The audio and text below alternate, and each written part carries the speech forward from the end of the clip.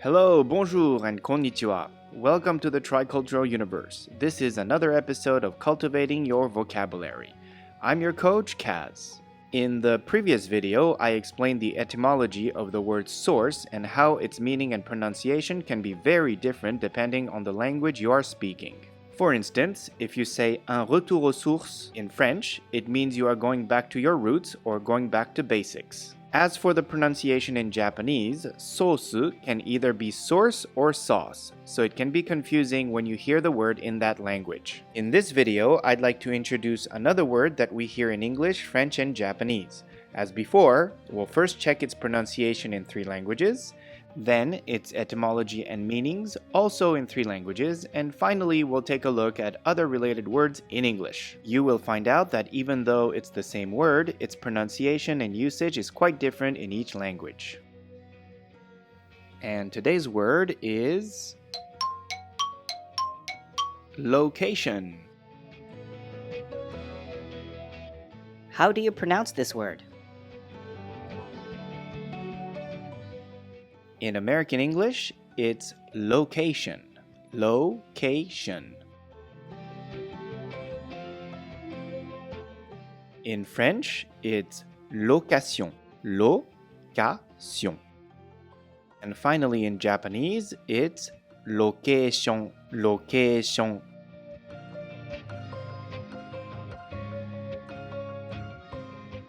Does it mean the same in each language?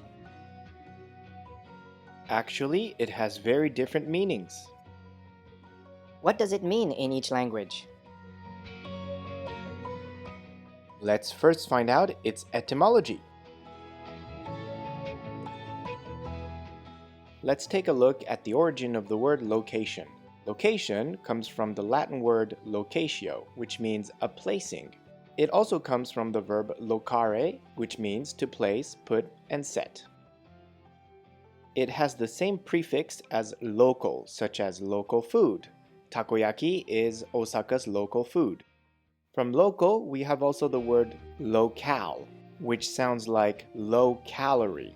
Locale is a place where something special happens, such as an event.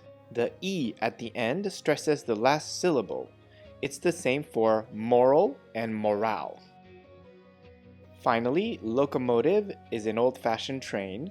It moves from place to place.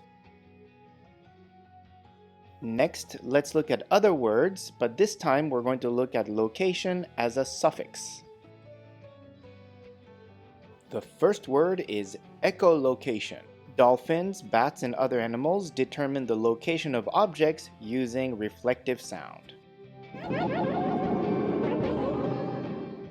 The next word is allocation.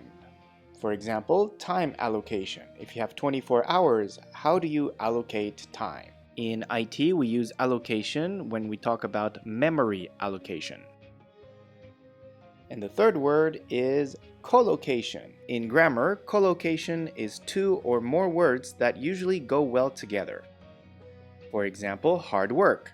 Hard and work are usually seen together very frequently. Another example is fast train. It sounds more natural for native speakers. We don't say quick train. Let me give you a few more examples, such as to feel free, to take a risk, and to save time. Just be careful, these are different from idioms. Let's take a look at how we use location these days. In American English, it means a place or position. For example, send me your current location. In French, location is a rental or rent, such as cars and apartments. When you rent a car, we say une location de voiture. When the same word has different meanings in languages, we call them faux-ami or false friends. Now, in Japanese, I don't know if this is a faux-ami, but it also means outdoor shooting. So if you say kaigai rokechu desu, it means we are filming overseas. Now that you know the meaning of location, if I say relocation, you can guess what the meaning is. It's the action of moving your home or business to a new location.